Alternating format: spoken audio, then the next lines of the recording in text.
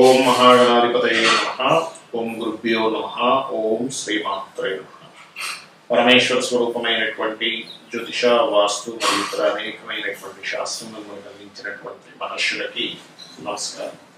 హయగ్రీవ హయగ్రీవ హయగ్రీవేతియోపదే తస్య నిస్సరతయవాణి జిహ్మకన్యా ప్రవాహవత్ అరుణాం కరుణాతరంగితాక్షీం ధృతపాశాంకుశపుష్పబాణచాపాం అనిమాదిభిరావృతాం మయూకైః అహమిత్యేవ విభావయే భవానీ శ్రీమాత్రే.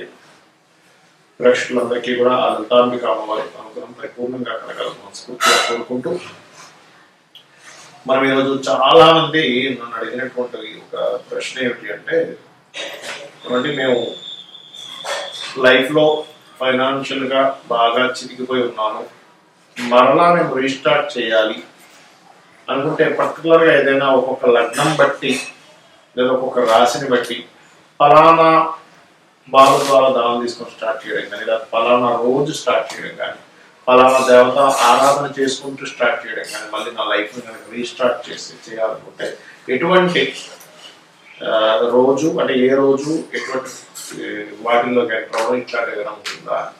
బట్ నేను ఒకటి చెప్తాను, ఇది ఫలానా లగ్నం, దీని మేషమో వృషభమో ఉంటుంది లగ్నం, అలా లగ్నం బట్టి ఉంటుంది, ఉండదని కాదు.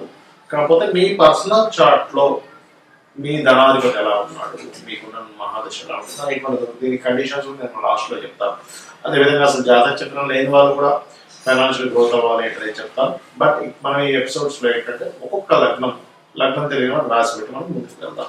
తులాలగ్నము, తులారాశి. తులా లగ్నం రాశి అంటేనే, తుల అంటే బ్యాలెన్స్, ఏదైనా సరే బ్యాలెన్స్ చేసేటువంటి తత్వం ఉంటుంది.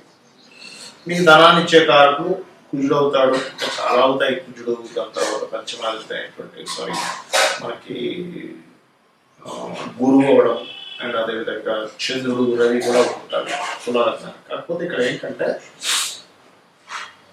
బేస్ అయితే కుజుడే. అవన్నీ ఏంటంటే మీ పర్సనల్ చార్ట్లో అది ఎక్కడైనా కూర్చునే దాన్ని బట్టి ఇంకో వేరే ఏ సోర్సెస్లో నీకు ధనయోగం ఏర్పడుతుందని చెప్తుంది.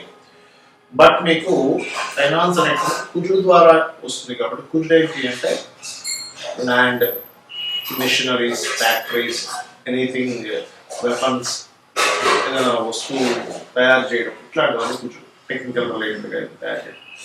అయితే ఇక్కడ కుజుడు కనుక రాశిలో వచ్చి కూర్చున్నాడు అంటే మీకు మీరు బయట దేశాలకు వెళ్ళి ఏదైనా బిజినెస్ చేయడం అనేటువంటిది మంచి యోగం ఇస్తుంది. లేదా ఏదైనా ఫైనాన్స్ రంగాల్లోకి వెళ్ళడం, షేర్ మార్కెటింగ్ సంబంధించిన కంపెనీస్ వెళ్ళడం, షేర్ మార్కెట్ ద్వారా డబ్బులు వస్తాయని చెప్పట్లేదు, బాగా అర్థం చేసుకోండి.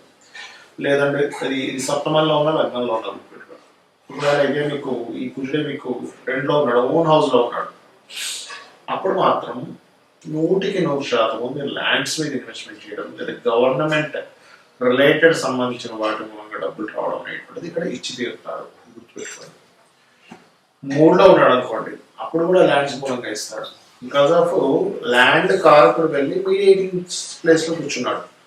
సో మీడియేటింగ్ ద్వారా ల్యాండ్ మూలంగా డబ్బులు రావాలి. మరి అదే 4లో కూర్చున్నాడు, మరి అక్కడ ఎగ్జాక్ట్ ఒక పొజిషన్ కదా ఇస్తాడంటే అక్కడ కూడా ఇస్తాడు, కానీ దానికంటే ఎక్కువగా ఏదైనా నేర్పడం ద్వారా, అందులో ముఖ్యంగా కొంతమంది చూడండి ఐఏఎస్, ఐపీఎస్ ట్రైనింగ్ సెంటర్స్ ఉంటారు, వాటి ద్వారా డబ్బులు వస్తాయి. లేదా ఒక ఫ్యాక్టరీ ఎట్లా బిల్డ్ చేసుకోవాలి, కంపెనీ ఎట్లా బిల్డ్ చేసుకోవాలి, దీని ద్వారా డబ్బులు వస్తూ ఉంటాయి.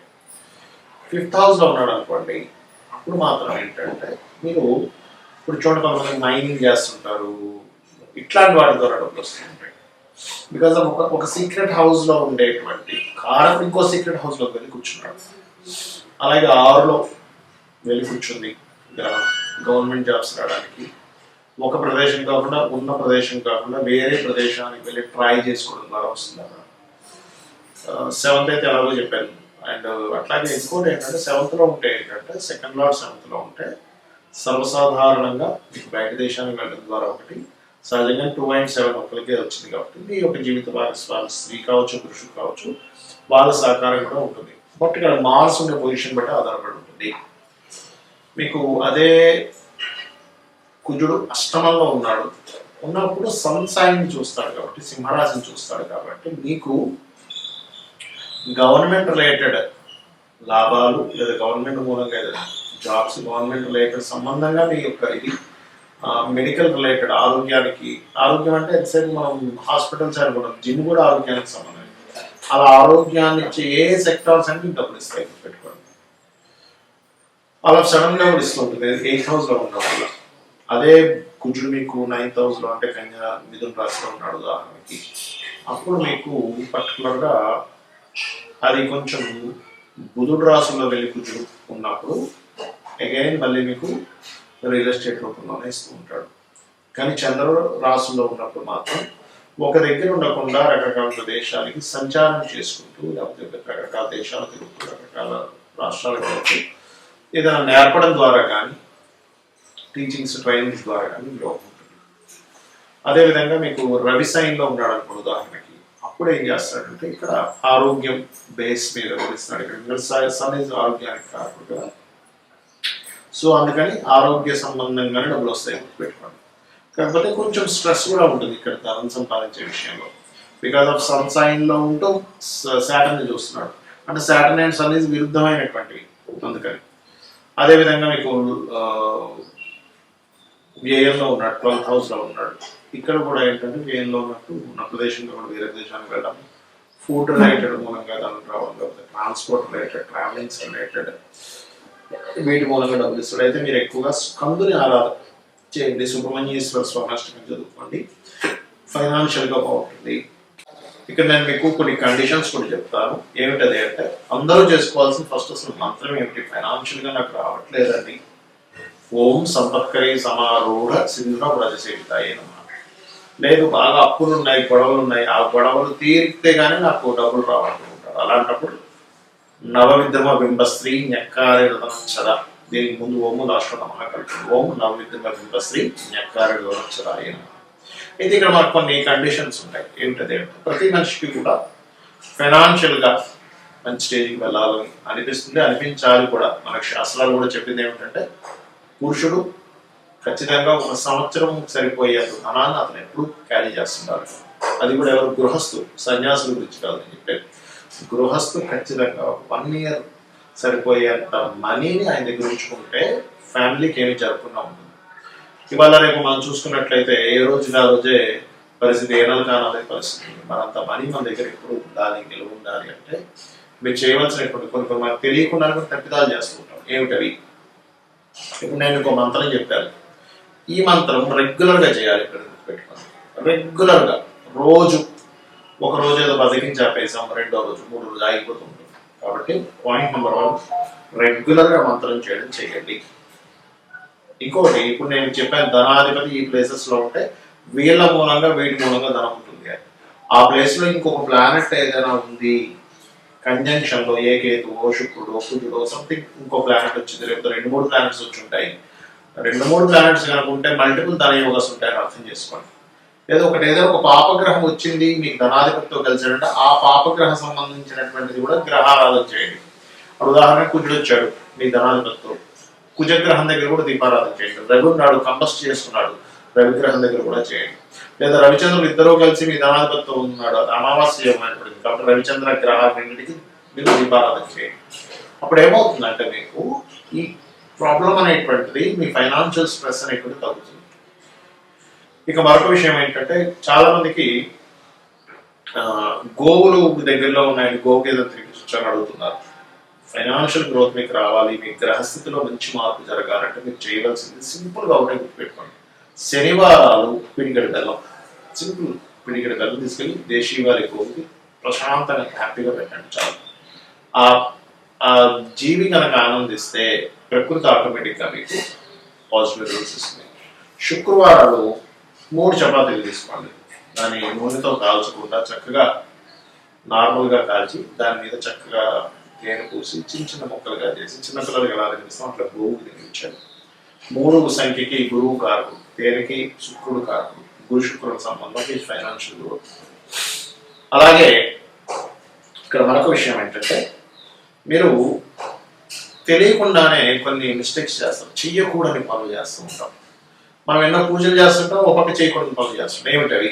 అందుకే ఫైనాన్షియల్ క్రంచ్ కూడా ఏర్పడుతూ ఉంటుంది. గుర్తుపెట్టుకోండి. 1 సండేస్ నాన్ వెజిటేరియన్ డ్రింక్, స్త్రీని కలవడం, తలకు పెట్టుకోవడం చేయకండి. Sunday is most important. రెండవది, ఒక పూజ చేస్తాం, ఒక మంత్రం చేస్తాం, మాటి మాటికి మళ్ళీ ఇది పని చేస్తుందో లేదో, ఇది చేశాను కానీ ఏమవుతుందో, నెగటివ్ థింకింగ్ స్టార్ట్. అలాగే ధనం అనేటువంటిది ఒక నోట్ల కట్టల రూపంలో అసలు చూడకండి దయచేసి. ధనం దేన్ని ఆశ్రయించి ఉంటుంది? ఒక స్కిల్ని ఆశ్రయించి ఉంటుంది. డబ్బులు ఎప్పుడూ ఒక స్కిల్ని ఆశ్రయించి ఉంటుంది. మీకు డబ్బులు ఎక్కువ కావాలి అంటే ఎక్కువ స్కిల్స్ నేర్చుకోవాలి. ఇది మెయిన్ పాయింట్.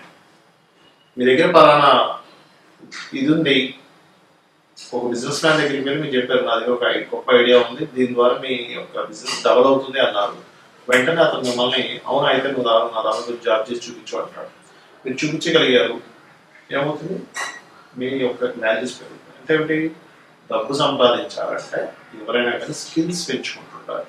దీని బీజం అది. ఇంకోటి ఏంటంటే డబ్బుని చాలా మంది ఏం చేస్తారు, ఒక రేంజ్లోకి వెళ్ళంగానే చప్పబడిపోతారు. అది చాలా పెద్ద మిస్టేక్. అది నేను ఆ రోజులు చాలా బ్రతికాను. దాని తర్వాత ఎందుకు నేను పతనం అయ్యాను అనుకుంటాను. బికాస్ ఆఫ్ అప్డేట్ లేకపోవడం. ఎప్పటికప్పుడు అప్డేట్ చేసుకోవట్లేదు వాళ్ళని వాళ్ళు. ఎప్పుడైతే మనం అప్డేట్ చేసుకొని ఆగిపోతామో ప్రకృతి ఈ వరల్డ్ అనేది ఆగదు, వెళ్ళిపోతూనే ఉంటుంది. మనం అక్కడ ఆగిపోయాం, ప్రపంచం ముందుకు వెళ్ళిపోయింది. ఇది గుర్తుపెట్టుకోండి. నేను చెప్పిన పరిహారాలు చేసుకోండి, 100% మీరు లైఫ్లో సక్సెస్ అయి తీరుతారు. ఇంకా ఎక్కువ సమస్యలు ఉన్నాయంటే అసలు మైండ్ పని చేయట్లేదు అంటుంటారు చాలా మంది. అసలు ఏం చేయాలో అర్థం కావట్లేదు, షివరింగ్గా ఉంది, గోల్డ్ క్రెడిట్ కార్డ్స్ అయిపోయాయి, చాలా ఇబ్బందిగా ఉంది. ఉదయం సాయంత్రం 2 సార్లు లలితా సహస్రనామాలు యూట్యూబ్లో పెట్టుకొని చక్కగా జస్ట్ ధ్యానంలో కూర్చొని ఇక్కడ కాన్సన్ట్రేట్ చేస్తూ అలా కూర్చోండి. మీ మైండ్ ఫస్ట్ సెట్ అవుతుంది. ఎందుకంటే నేను చాలా మందిని చూస్తుంటాను, గోల్డ్ అప్పులు, క్రెడిట్ కార్డు వాడేసి, అది వాడేసి, ఇది వాడేసి, అవి ఎలా కట్టాలో అర్థం కాక వాళ్ళ ఫోన్ నుంచి తప్పించుకుని నాకు పడుతున్నారు. అప్పుడు మీకు పూర్తిగా పోవాలంటే ఓం అపర్ణాయై నమః ఈ మంత్రం చేయండి. ఖచ్చితంగా మీరు ఆ యొక్క అమ్మవారి అనుగ్రహంతో మరలా పూర్వవైభవాన్ని పొందుతారు.